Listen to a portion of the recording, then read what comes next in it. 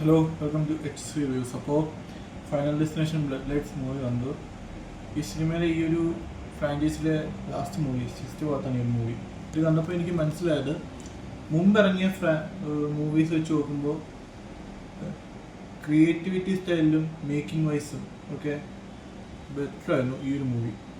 Story wise വെച്ച് നോക്കുമ്പോൾ ഒരു വലിയ പുതുമയോ കാര്യങ്ങളോ ഒന്നും എനിക്ക് തോന്നിയില്ല. അപ്പോൾ സ്റ്റോറി വൈസ് ആണെങ്കിൽ തന്നെ മുമ്പ് ഇറങ്ങിയ സിനിമകൾ ഇതിലും വലുതാണെന്ന് തന്നെ പറയുന്നു.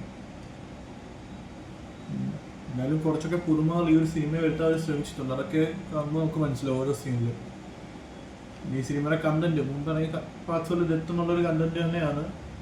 അത് അറിയത്താണ് ഈ ഒരു മൂവി ഒരു പാർട്ട് ഞാൻ തിയേറ്ററിൽ പോയി കാണുന്നത്. അപ്പോൾ അതിൻ്റെ ഒരു എക്സൈറ്റ്മെൻറ്റും ആ ഒരു ഒരു ഭയം പോലൊക്കെ നമുക്ക് തോന്നിയിട്ടുണ്ട്.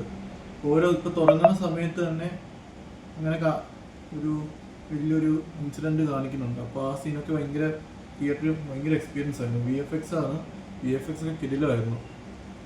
ഇപ്പോൾ ഒരു സീനിൽ ഒരു മരണം നടക്കുമ്പോൾ ആ സീൻ വേറൊരു രീതി നടക്കുന്നു. അതൊക്കെ അൺഎക്സ്പെക്റ്റഡ് ആയിട്ടുള്ള കാര്യങ്ങളാണ്. പക്ഷെ പിന്നെ ഈ സിനിമയിലെ മെയിൻ ആയിട്ടുള്ള ക്യാരക്ടേഴ്സ് നമുക്ക് എന്തായാലും പ്രെഡിക്റ്റ് ചെയ്യാൻ പറ്റും. ആരാണ് മരിക്കാൻ പോകുന്നത്, എങ്ങനെയാണ് മരിക്കാൻ പോകുന്നത്, ചിലപ്പോൾ ഒരു രീതി പ്രെഡിക്റ്റ് ചെയ്യാൻ പറ്റും.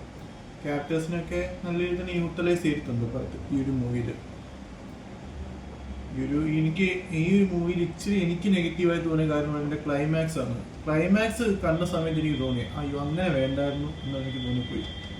കാരണം ആ ഒരു ക്ലൈമാക്സിന് തൊട്ടുമുമ്പ് നടക്കുന്ന കാര്യങ്ങൾ വെച്ച് നോക്കുമ്പോൾ അതെന്താ ക്ലൈമാക്സ് അങ്ങനെ ആയെന്ന് ജസ്റ്റ് പെട്ടെന്ന് അങ്ങനെ അങ്ങായിപ്പോയെന്ന് നമുക്ക് ഫീൽ ചെയ്യും. ക്ലൈമാക്സിന് ആ ഒരു എൻഡിങ്ങിൻ്റെ ആവശ്യമില്ലായിരുന്നു. വേറൊരു രീതിയിൽ എൻഡിങ് കൊടുത്ത് ഈ ഒരു ഫ്രാഞ്ചൈസ് അവസാനിപ്പിക്കായിരുന്നു എന്നൊക്കെ തോന്നിപ്പോയി. ഭയങ്കര പെട്ടെന്ന് ഫാസ്റ്റായിട്ടാണ് മൂവി തീർന്നത്. ക്ലൈമാക്സ് കുറച്ചുകൂടെ ബെറ്റർ ആക്കായിരുന്നു. സോ മൂവി മൊത്തത്തിൽ ഓവറോൾ പറയാൻ മേക്കിംഗ് വൈസ് ക്രിയേറ്റിവിറ്റി വൈസ് നല്ല ആ ഒരു മരണം ഉണ്ടാവും പോലെ കാര്യങ്ങളും അതൊക്കെ കണ്ടിരിക്കാൻ നല്ല രസമായിരുന്നു. ക്രിയേറ്റിവിറ്റി വൈസ് അതാണ് ഈ പടത്തിൻ്റെ ഏറ്റവും വലിയ പോസിറ്റീവ്. പിന്നെ തിയേറ്റർ എക്സ്പീരിയൻസ് ഇതിലുമായിരുന്നു പറയാൻ ഇരിക്കാൻ വയ്യ. തിയേറ്റർ എക്സ്പീരിയൻസ് നമുക്ക് അത്രയും ഒരു സ്മാരകം രീതിയിലൊക്കെ തോന്നിപ്പോകും ചിലതൊക്കെ കാണുമ്പോൾ. അപ്പോൾ ഓവറോൾ പറയുകയാണെങ്കിൽ making wise creativity wise movies much better. So movie കണ്ടുകൊണ്ടെങ്കിൽ കമൻറ്റ് ചെയ്യുക. So see you next video. By.